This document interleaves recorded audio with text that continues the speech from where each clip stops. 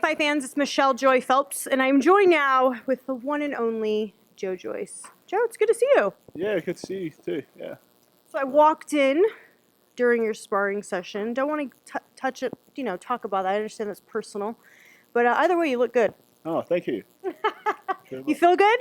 Yeah, I feel good. Yeah, it's a tough spar. Had the finished rounds with Johnny Fisher over there. He's always very physical and it's just great preparation for what I need to be in that, like them firefights. And he's young and he's explosive, so it's great work. And then we're both also working on stuff as well. So yeah, it's been a really good spar.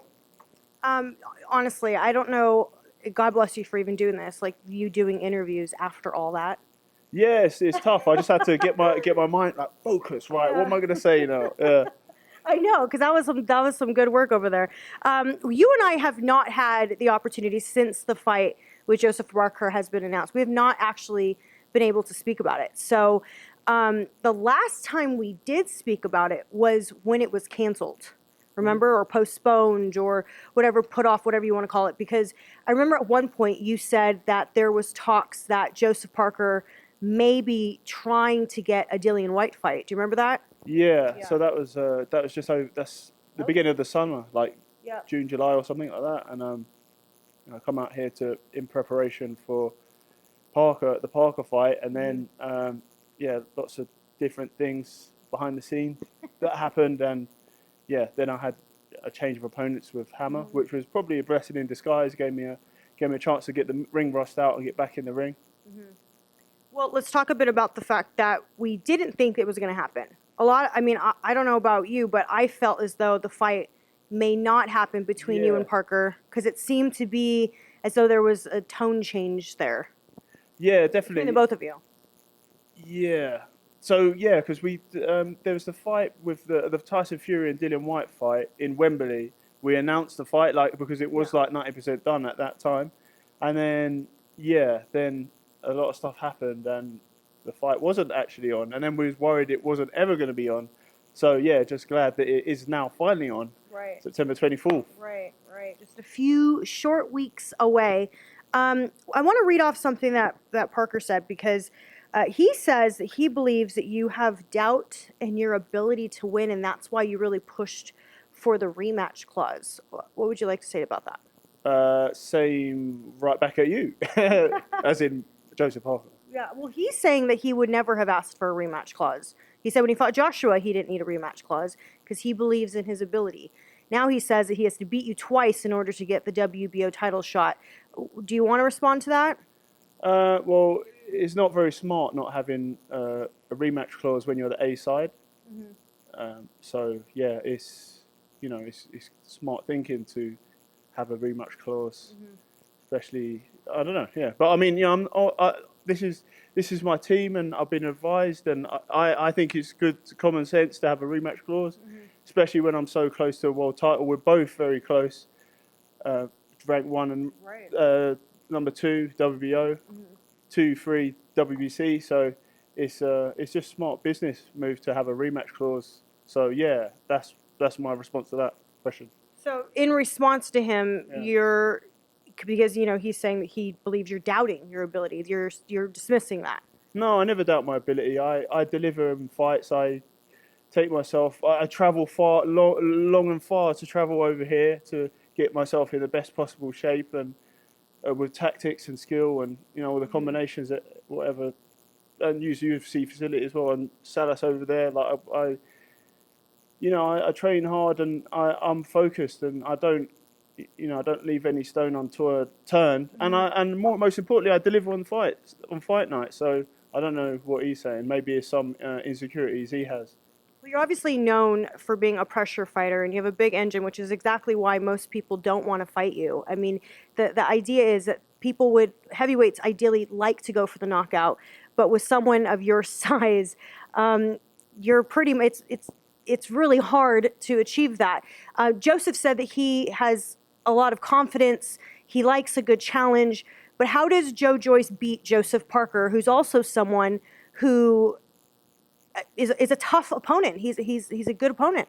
Yeah, it's not going to be easy. That's why I'm coming 100% prepared for the best Joseph Parker. I'm sure he's going to be tricky person to work out, especially early on, and with it throughout the fight as well. He's he's a very dangerous fighter. He's skillful. He's got good footwork, head movement. I keep on like singing his praises. Like he's a great fighter, and he's the best fighter out there.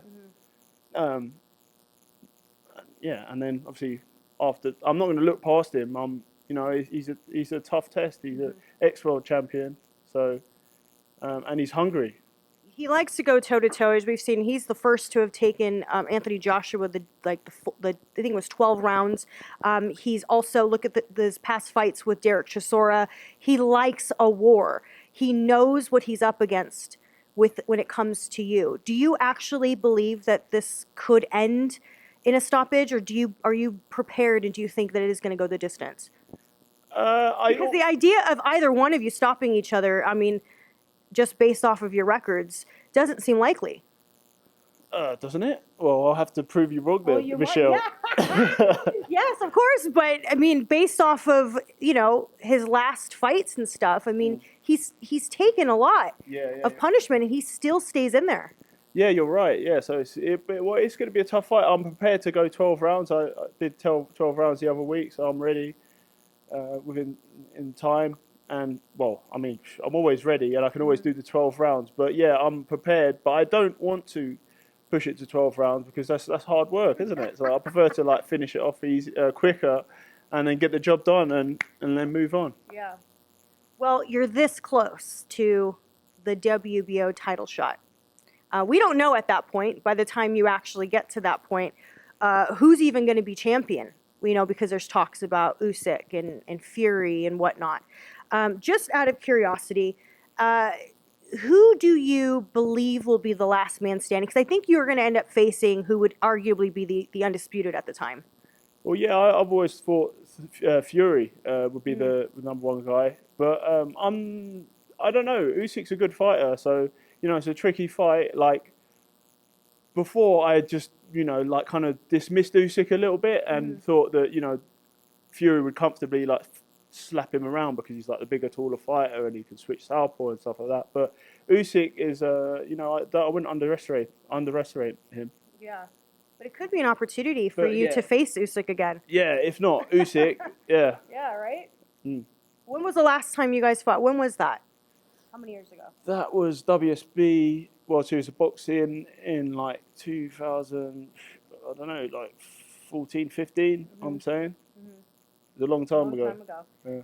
Are you surprised that he sort of made the sort of impact he has on the heavyweight scene? I think a lot of people, although he obviously was the undisputed at cruiserweight, moving up to heavyweight's a completely different ballgame, but seeing what he's done with Joshua, are you surprised at all?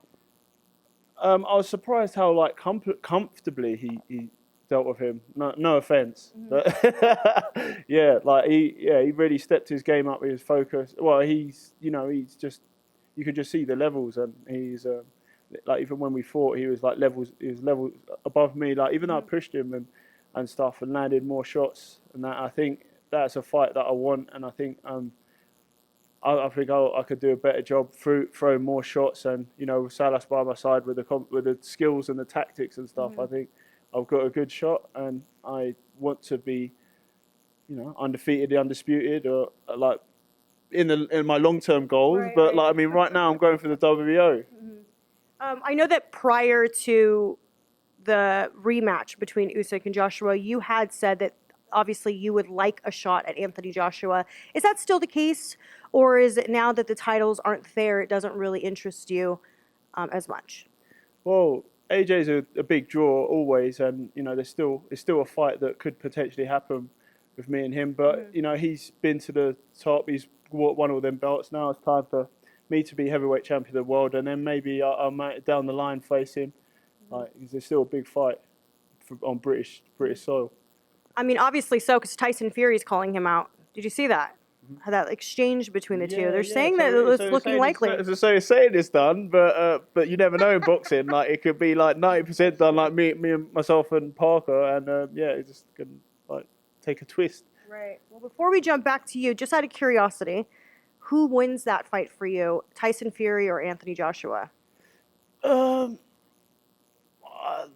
I've always said Fury, but like I wouldn't write off Anthony Joshua because he's a powerful guy, and if he hits him cleanly, but then obviously Fury's shown he can get up. But I think like skills wise, like we saw with Usyk, he'll be too skillful for him. Unless he's still a learning fighter. So I mean, I don't know if he's the complete package yet, but let's see if that fight happens, and I'll be excited to see it. A lot of people don't see the other side to your training. I think we just obviously see what people post on social media, the interviews that you give to the media. But there's the other side. There's the sacrifices. There's the being away from home and having to uproot your life and do a lot of things that most people wouldn't be able to understand. How is it for you mentally, like going away for months on end? Well, over the years, I've become pretty used to it because it's always been like a way of life for me. Like especially even traveling up to Sheffield in England was it 3 hours drive, a bit less probably, but yeah, it's nice. I work well taking myself away from home and the home comforts and being away and like just solely focusing on like being in a training camp. So I've become used to that, and I've travelled over here as well from my first couple of fights with Jorge Linares, and I travelled to Kazakhstan even with Shumanov for a little bit. So I'm not. We could go even further back when I took myself to Cuba for 3 weeks before the ABAs when I won that, and then progressed to the GBs and got on the GB team. So it doesn't feel so much foreign, does it? It's like you're accustomed to this now. Yeah, it's my comfort zone. Yeah, okay. Yeah. Fair enough. Before we wrap up, is there anything you would like to say to Joseph Parker?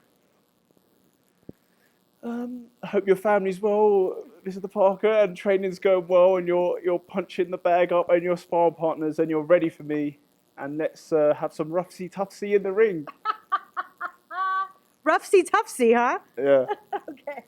All right, Joe. Well, thank you so much. I look forward to seeing you in a few weeks in England for Media Week. And may the best man win on the night. May the force be with you. All right, thank you. Bye, Fight fans. Hey, Fight fans, it's Michelle Joy Phelps. Make sure you subscribe to my YouTube channel by clicking this icon right here and hit the bell button below so that you can receive an alert every time we upload a new video.